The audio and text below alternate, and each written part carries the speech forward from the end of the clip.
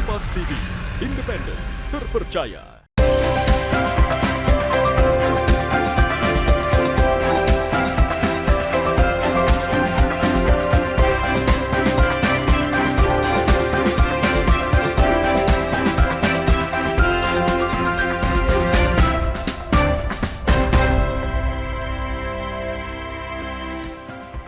Selamat pagi saudara, apa kabar Anda hari ini? Senang sekali saya Linda Wirawan dapat kembali menjumpai Anda di program Sapa Sulsel edisi kali ini. Seperti biasa kami akan menghadirkan beragam perbincangan penting dan menarik untuk menemani aktivitas Anda di pagi hari ini.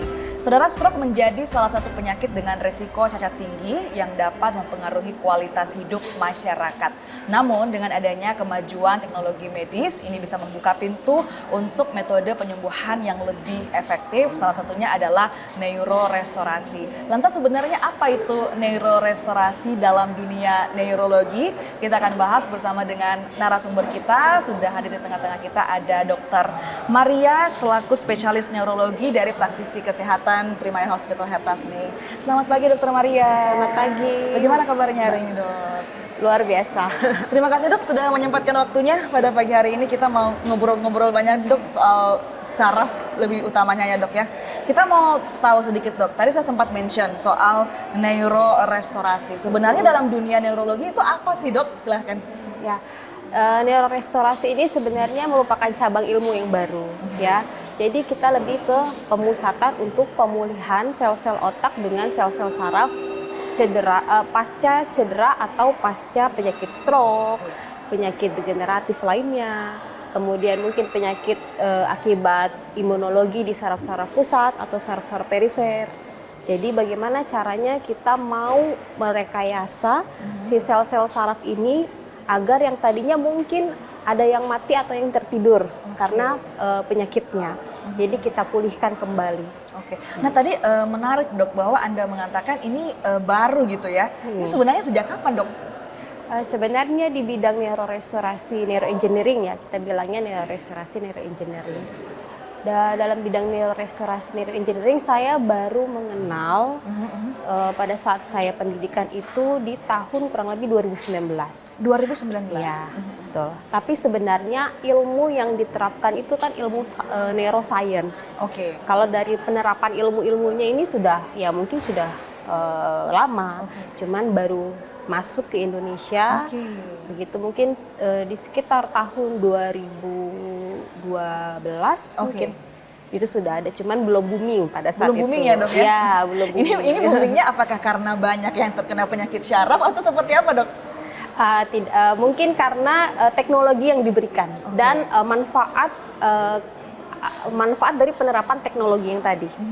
Ya, yang tadinya kita kenal habis pasien terkena stroke hanya bisa diam saja di tempat tidur atau bahkan mengalami kecacatan. Yang kita tahu adalah stroke itu penyakit yang menyebabkan kecacatan pertama di dunia. Gitu. Jadi bagaimana kita upayakan agar pasien-pasien atau penderita pasca stroke yang tadinya mungkin hanya bisa di tempat tidur atau duduk saja di kursi roda, sehingga dia dapat memperbaiki atau meningkatkan kualitas hidupnya. Jadi mungkin karena penerapan teknologi yang baru dan ternyata manfaatnya baik begitu untuk kualitas hidupnya pasien sehingga jadi booming.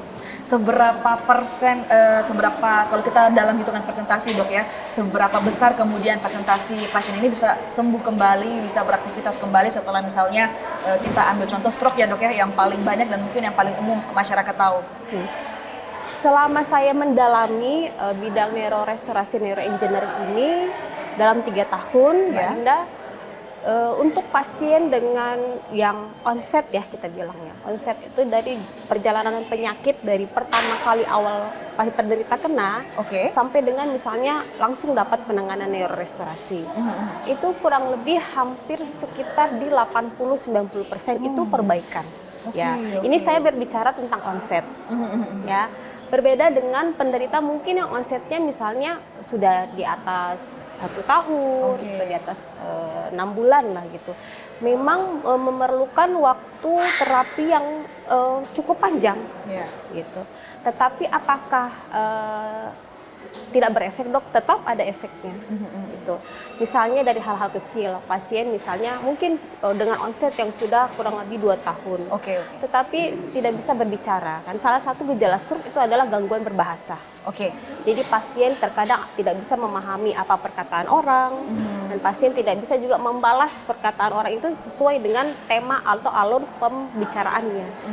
Jadi misalnya yang sudah 1 tahun dengan gangguan bahasa, kita berikan terapi neurorestorasi neuroengineering, ternyata ini dengan gangguan motorik juga ya Mbak Linda ya, ternyata gangguan motoriknya mungkin belum kembali, tetapi gangguan berbahasanya sudah cukup membaik. Gitu.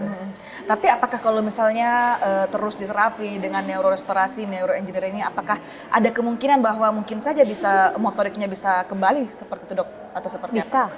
Sesuai dengan, jadi begini, untuk penanganan stroke, sebelum ke penanganan kan kita harus assessment dulu.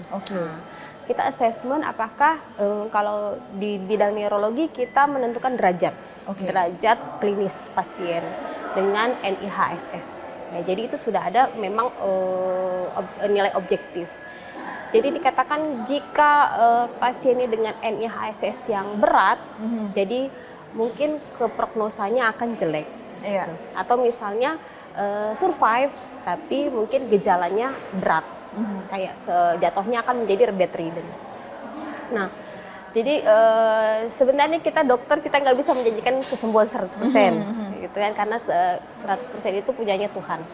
Tetapi dengan adanya neurorestorasi ini, kalau mau dibilang 80-90% ya, karena 10%, 20% itu punya Tuhan ya, dan mungkin ada terapi-terapi lain dan dari dukungan keluarga sehingga bisa membaik dan meningkatkan kualitas hidup.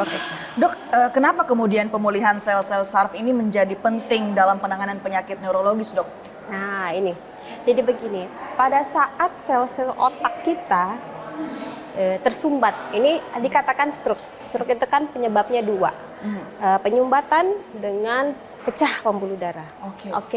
In case paling banyak itu prevalensinya itu sekitar 67%, ya. 67-69% itu penyumbatan. Ya.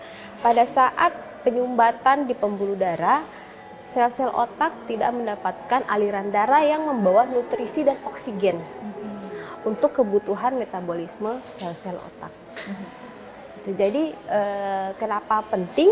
Tadi karena untuk jadi pada saat sel saraf itu misalnya mati atau misalnya dia tidak berfungsi karena kekurangan oksigen dan nutrisi, maka kita akan namakan itu adalah area iskemik. Nah, di sekitarnya ini, di sekitar sel saraf atau sel otak, sel-sel otak kita itu di kepala itu ada bermiliar-miliar, Mbak Linda. Jadi pada saat mungkin hanya beberapa sel otak yang mati, tetapi masih ada teman-temannya yang lain. Gitu. Nah, teman-temannya ini yang kita bantu selamatkan untuk mengambil alih fungsinya yang tadi mungkin mati, sehingga kembali lagi seperti semula untuk menggantikan fungsi yang sudah mati yang tadi. Lantas begitu. Apakah kemudian sel-sel saraf yang mati tadi bisa dipulihkan atau dikembalikan? Kita akan ngobrol banyak dok ya mengenai hal tersebut, namun kita jeda sejenak. Saudara jangan kemana-mana, tetap bersama kami di Sapa Sulsel.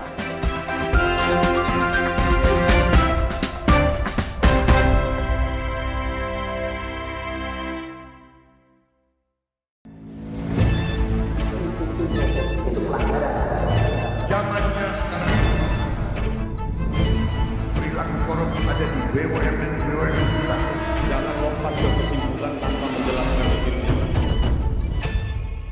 Saya anak buahnya Prabowo. Gaji tidak naik kan? Hanya 5.000 orang. Bahwa hal tersebut tidak boleh. Bola Liar setiap Jumat pukul 8:30 malam live di Kompas TV. Ketahui berita dan informasi seputar kekhasan, gagasan, tantangan, serta inovasi di 38 provinsi dan 514 kabupaten kota di seluruh tanah air yang terajut menjadi inspirasi bagi bangsa. Berbagai informasi aktual dan menarik dari berbagai daerah di tanah air dalam Jurnal Nusantara. Ikuti Jurnal Nusantara setiap hari pukul 6:30 pagi, live di Kompas TV.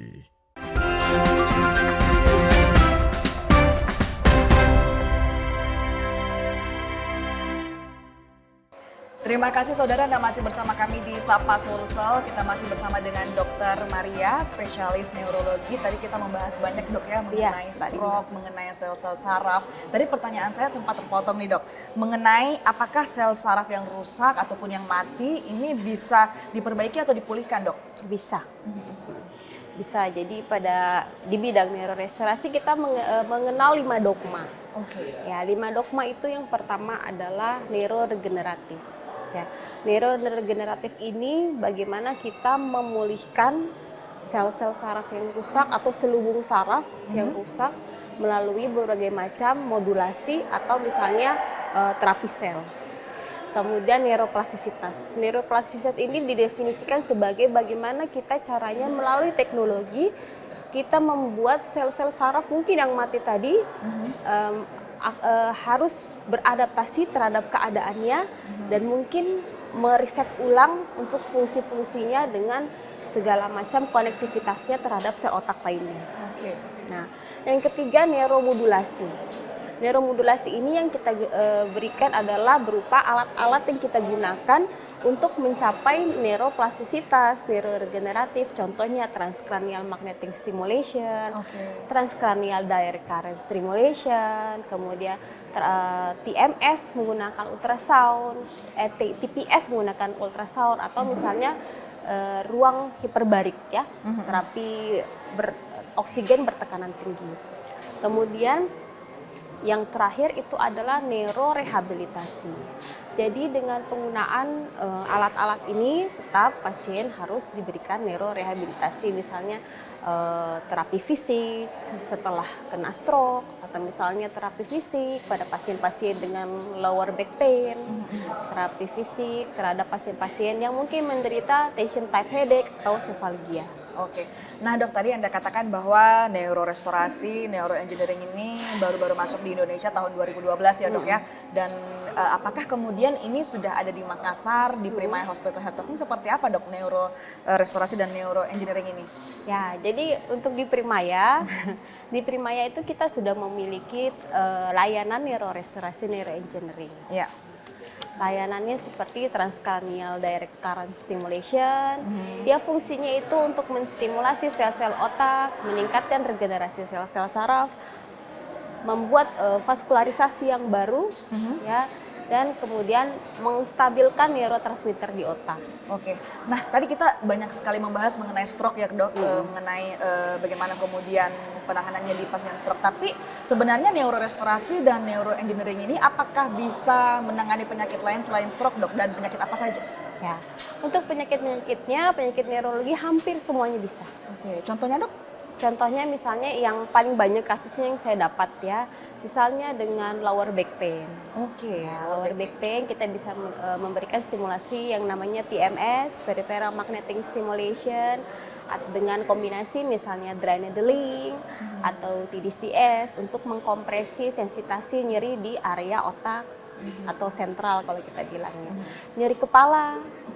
Kemudian saya punya kemudian bisa juga penyakit infeksi otak, tapi pasca infeksi otak mungkin setelah operasi memerlukan rehabilitasi atau stimulasi kita juga dapat berikan. Kemudian penyakit imunologi, misalnya Guillain-Barré syndrome, kemudian multiple sclerosis, hampir semua penyakit neurologis kita bisa berikan terapi neurorestorasi neuroengineering. Jadi hampir semua dok ya? Hampir semua. Nah dok, kita kembali ke pasien stroke. Lantas ketika kemudian pasien stroke berobat dengan neurorestorasi neuroengineering ini, seberapa besar peluang pemulihan dok dengan teknologi ini? Oke.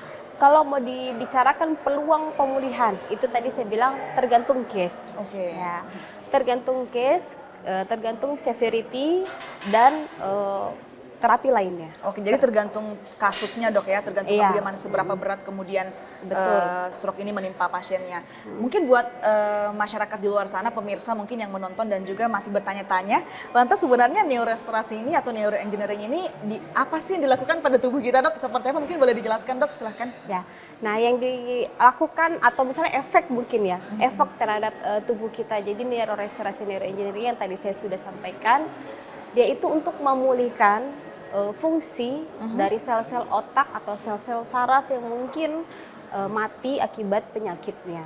Nah, apakah cuma sel? Tidak. Selain sel, dia juga untuk meningkatkan fungsi vaskularisasi di area otak atau sel-sel saraf. Kemudian yang tadi neurotransmitter itu adalah senyawa kimiawi seperti transporter untuk komunikasi kita antar sel. Nah, kita menyeimbangkan neurotransmitter di otak itu.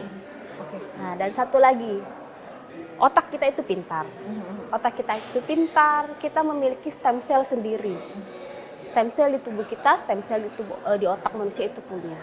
Tetapi pada saat terkena penyakit penyakit saraf, atau misalnya semakin kita berjalannya usia semakin tua, memang ukuran atau level stem cell kita berkurang. Nah, perannya neurorestorasi ini kita juga dapat meningkatkan sel-sel stem cell endogen. Oke. Ya. Nah, lantas Dok, tindakannya seperti apa? Apakah menggunakan teknologi seperti apa? Mungkin apakah ada kejut listriknya atau seperti apa, Dok? Ini buat kita orang awam nih, Dok. Silahkan. Ya, untuk teknologinya, alat-alat yang digunakan yang paling sederhana dan portable itu transcranial direct stimulation. Jadi kita menggunakan arus listrik, tetapi bukan alur listrik yang seperti di PLN itu, Mbak Linda.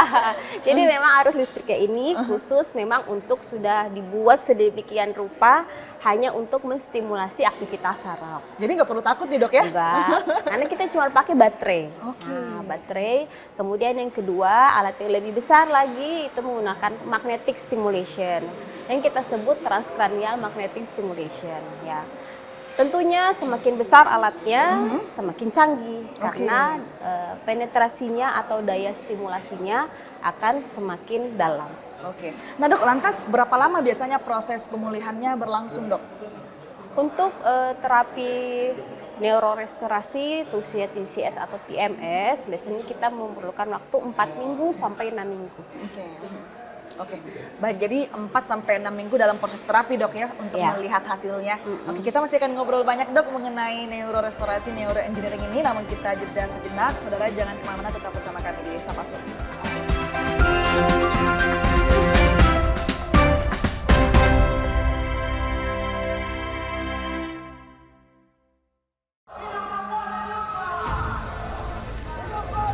Sebuah penelusuran jurnalis Gambarkan situasi di depan dari Polda Metro Jaya tidak hanya di bagian dalam, kemudian akan disampaikan polisi lepaskan. Tampaknya suasana sudah tidak kondusif. investigasi untuk mencari bukti. Tapi yang harus dibuktikan adalah lokasinya. Anda berani menilai kemudian hak angket ini akan berujung pada Di pemakzulan. Investigasi setiap Senin pukul 8:30 malam di Kompas TV. Awali hari dengan sejumlah informasi terpilih. Seorang pengendara ojek online terluka parah. Usai motor yang melintasi jalan berlubang di Jakarta, longsor membuat 6 titik di Jalan Trans Papua putus total. Menjadi referensi menjalani aktivitas di pagi hari. Di Singapura menyebut sopir penabrak sudah ditetapkan sebagai tersangka. Dan duka cita mendalam atas meninggalnya siswa sekolah kejuruan yang mengalami kecelakaan. Kompas Pagi, setiap hari pukul 4:30 pagi, live di Kompas TV.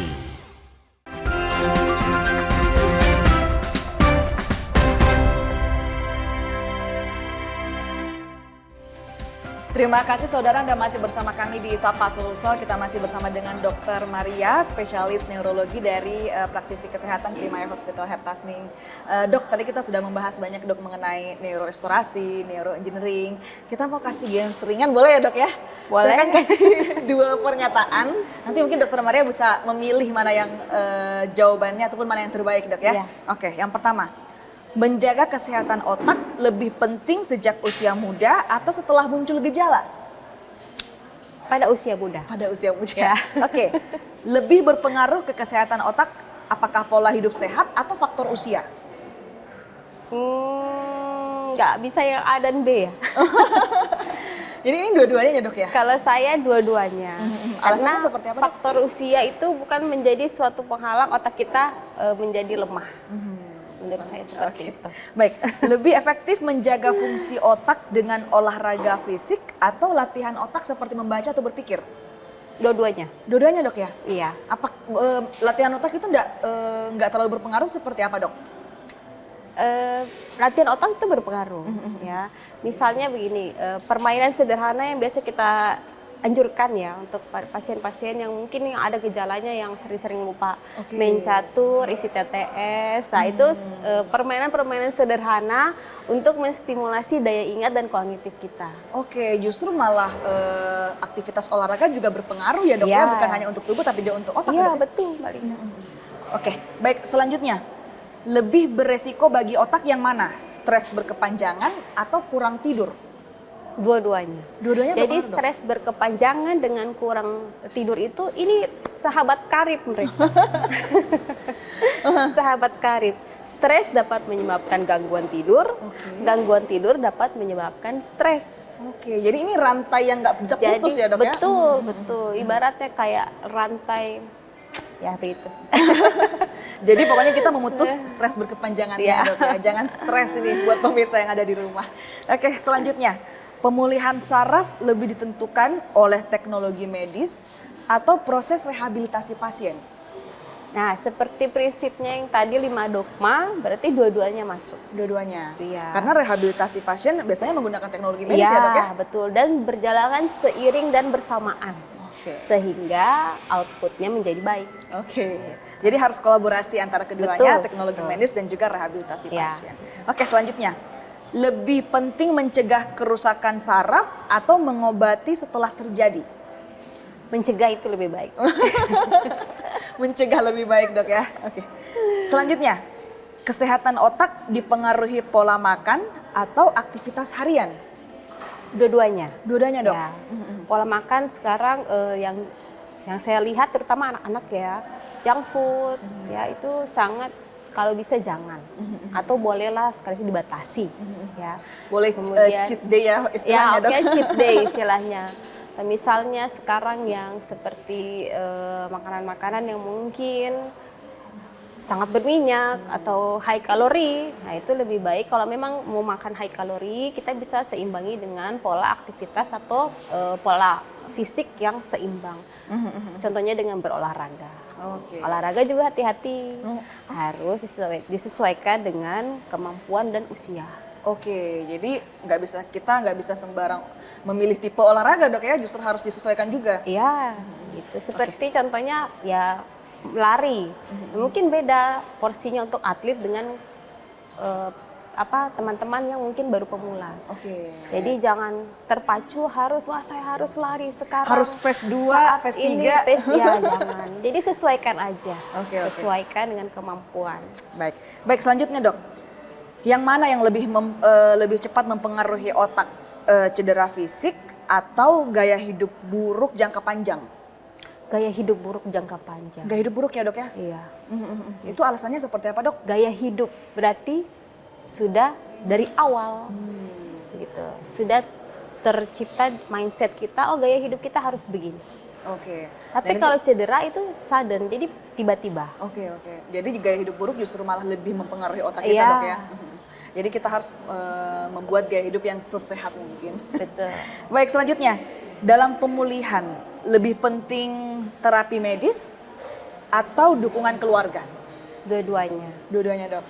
Pasien-pasien neurologis sangat-sangat membutuhkan dukungan dari keluarga. Itu secara psikologis atau seperti apa dok?